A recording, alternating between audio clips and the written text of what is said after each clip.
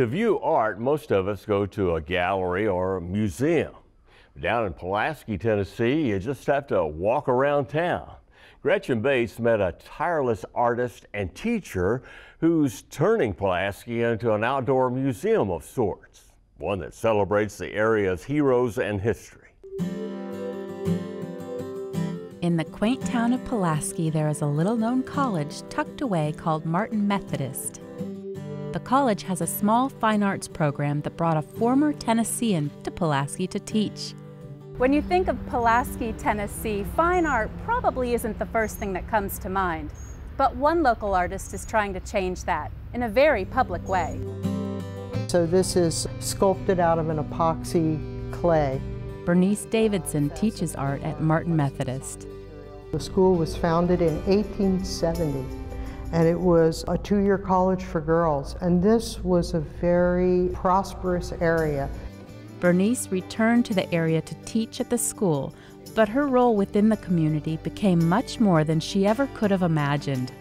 You know, I got my undergraduate degree in Yale, and I decided at that time in my life to use my art as something that would foster good feelings or bring communities together or educate people. So far, 100 people have worked on this project. We'll get the mirror.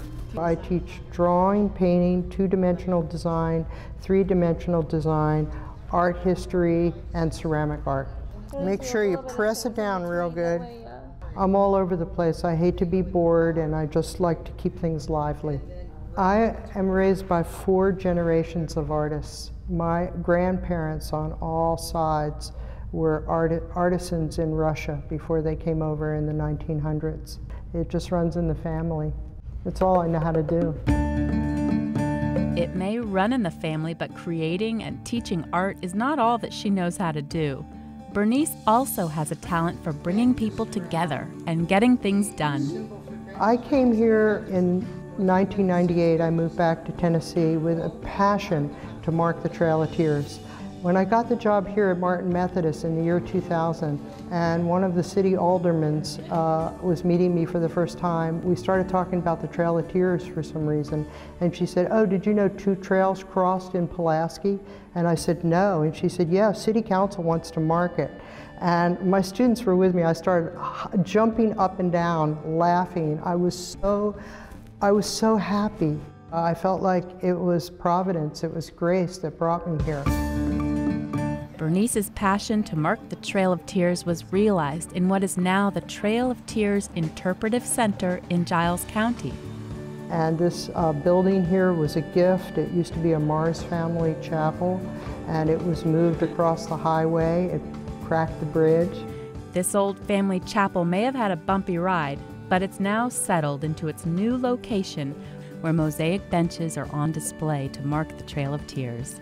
These benches were funded by the Tennessee Arts Commission. What we did was I did a residency, several residencies into the school systems. I taught about 1,500 kids about the Trail of Tears. Then we picked some of the young people's drawings and we set them into mosaic work. So these are children's drawings about the Trail of Tears. And it's a really graceful way to make a mosaic. You put the design under sticky clear paper, and it has to be turned over because you're going to put the beads and the glass on top of that, and then that gets put into a mold. Then the whole thing gets turned over, the sticky paper gets peeled off, and you have a beautiful flat mosaic. It's all very level and beautiful. Working here in Pulaski, I fell in love with Pulaski, and I started to study the history. And I found that there were a lot of really amazing people that lived here through the years, and I wanted to talk about them. Bernice lets her artwork do the talking. She paints murals that depict heroes from Pulaski's history. There wouldn't be a Heroes Project. That is my project alone. And luckily, it's been embraced by the people of Giles County. I made one pitch about the Heroes Project to the Rotary Club of Giles County, but thank God for all the people that feel the same way I do. It really makes it fun.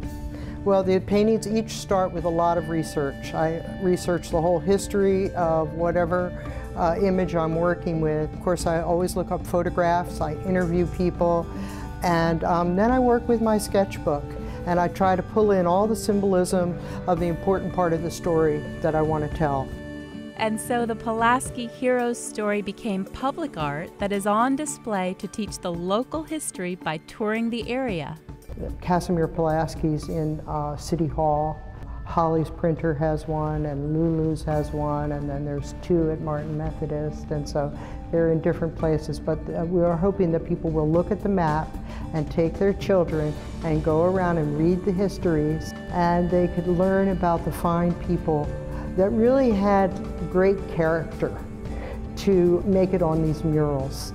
Characters that are beautifully woven into each of Bernice Davidson's paintings, mosaic benches, and murals. So we want to really bring the arts into Giles County and make it shine.